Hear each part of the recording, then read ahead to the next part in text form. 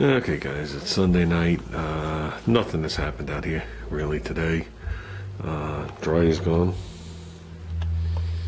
It's funny, we got the other one to the street. I brought it to the street. I walked back in the house to get some, came back out and it was being loaded on the truck already. So I wanted to take a picture to show you guys the inside of it, but it's gone. Okay, what did we do get?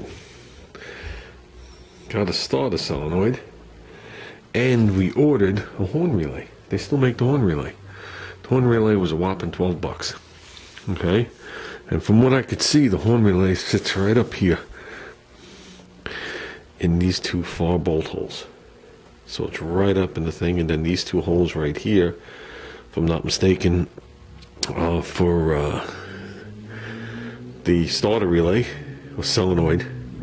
And then this bolt hole and this bolt hole, okay, maybe three of them, I'm not sure if it was three or two, whatever it was where the ignition module was. Just going by an older picture. Not on my car, but the same car. I have to dig up some older pictures to see where this harness ran. I looked up a bunch of 78 Concords, and every one of them, the harness is in a different spot. I only seem to have two loops that I found laying on my harness.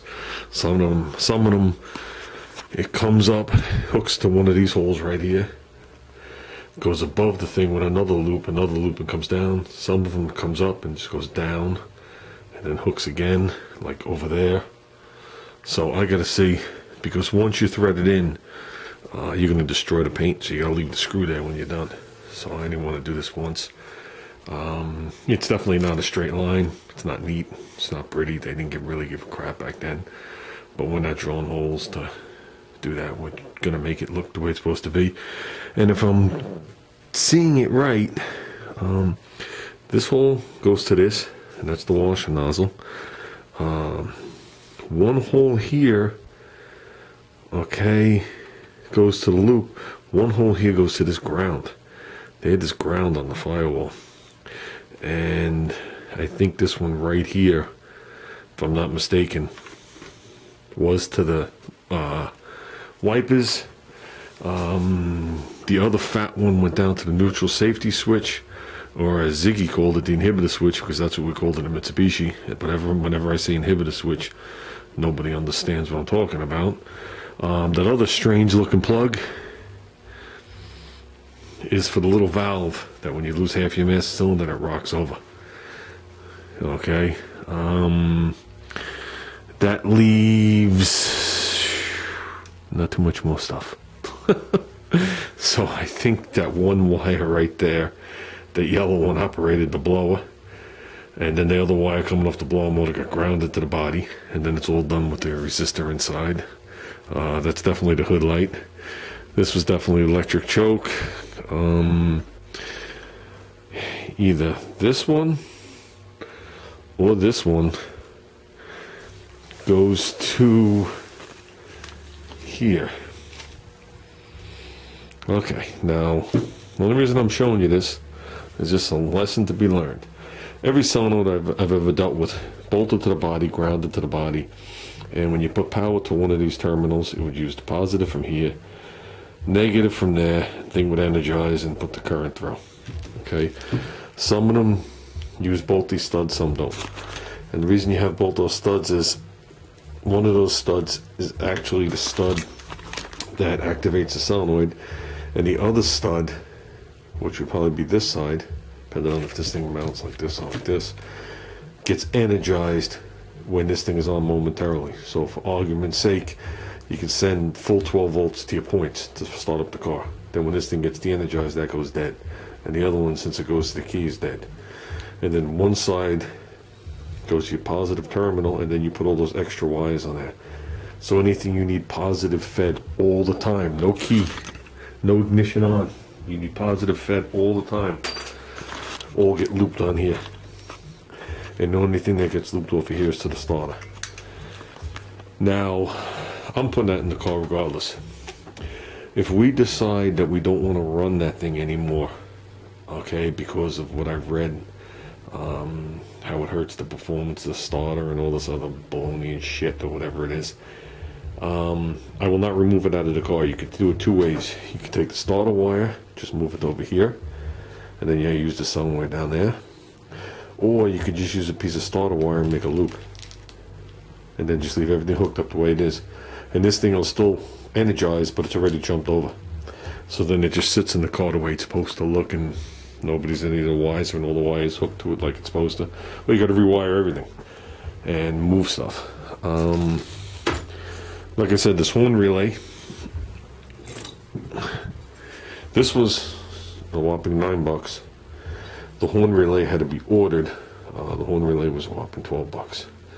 But I think that'll look a lot better when you open up the hood with a new one of those. I would think. Let's see if I'm right on where it goes. I say that. Oh, I thought it went up here. Who the hell knows where it goes? It doesn't line up with those. Yeah, we'll figure it out. Like I said, I got to look at, maybe like that. I got to look at the pictures of Junior's harness. And if you look at the original stuff, there's wires everywhere. So, we'll figure it out. It's no biggie. Pulled out the radiator. Radiator's not looking too good. I mean, as far as I know, it doesn't leak. I don't know. It's been sitting there in the crap for 2 years. On the back side, some of the actual cooling things are gone. On the front side, you don't notice it. This is the same radiator that's in my wagon. Identical. I bought two of them.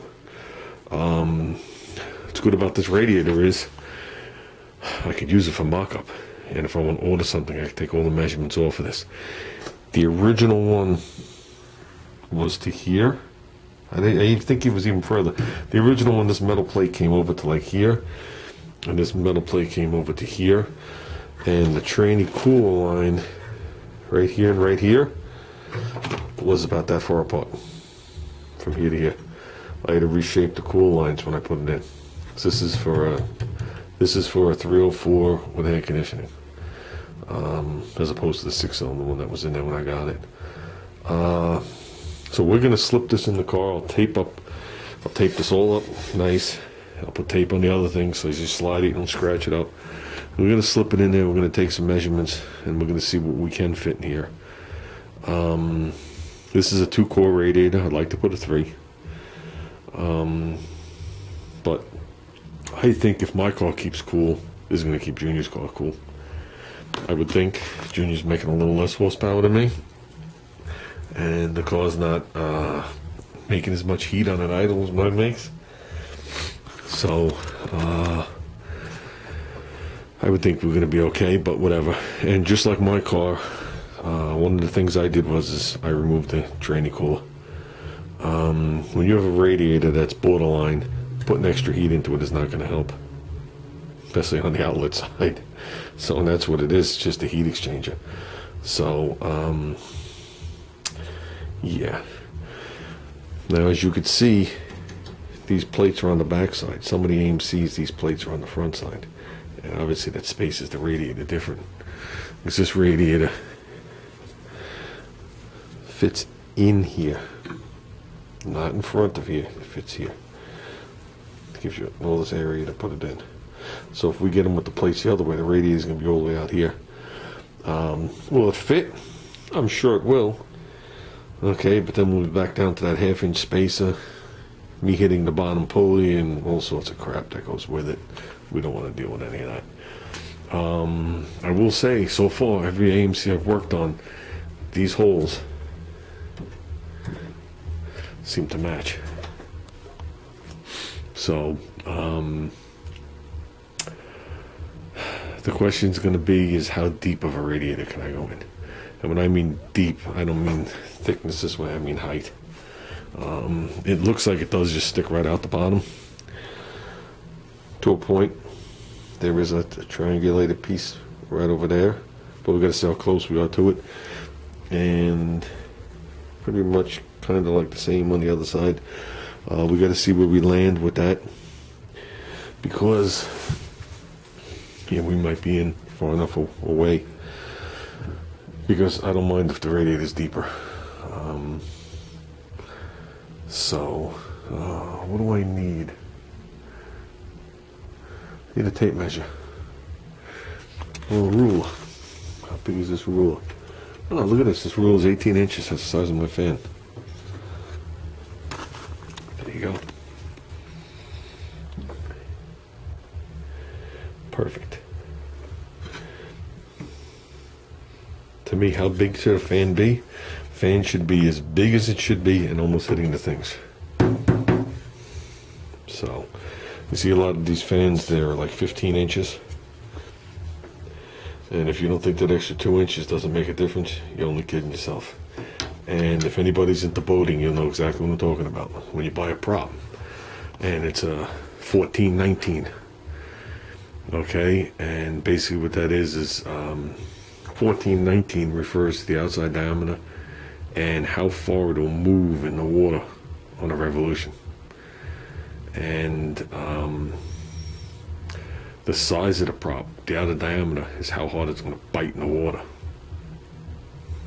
If you understand what I mean. So if you got a really heavy boat and you put a small diameter prop in there, it's going to slip like a torque converter, cause cavitation and bubbles and all sorts of problems and churning and vibration. So you need something bigger to bite the water harder.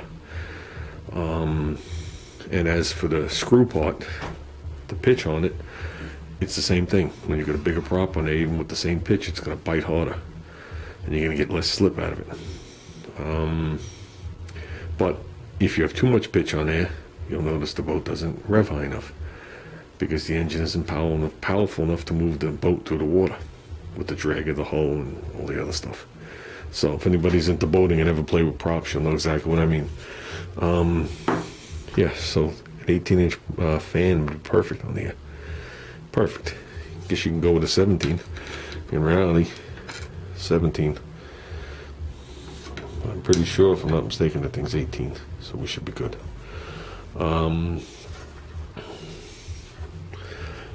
So I think it's going to rain the next couple of days. If it does, I am not moving these fenders outside and dealing with that anymore. If that's the case, we'll just keep on working on other things, because I need to open up that door. I need to get some of the crap out of here so I can open up that door and button up the brakes is really what I want to do.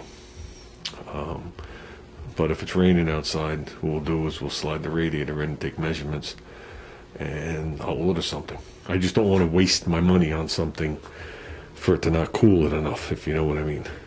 I don't mind trying this. I don't mind putting this in the car. It's going to do no damage to put it in the car. It's just a matter of how much effort. If it didn't have those fins that deteriorated right there, I would put it in the car. I would just clean this thing and put it in the car. Like it says, it shows nothing wrong with the other side of it. So, other than a couple of things that have gotten touched over the years, I wish I could find this radiator for what I paid for it. When I got these, they were like 70 bucks. So I bought two of them, one for a spare, and then I needed one within a month for the wagon. So, and the wagon needed this on this side, so the wagon has little spacer blocks. Other than that, it fit right in. And that was only supposed to be for one night's worth of riding, and it's been in there 10 plus years. So, okay guys, with that said, I just wanted to bring you guys up to speed. Yeah, so, okay guys, I'm out of here.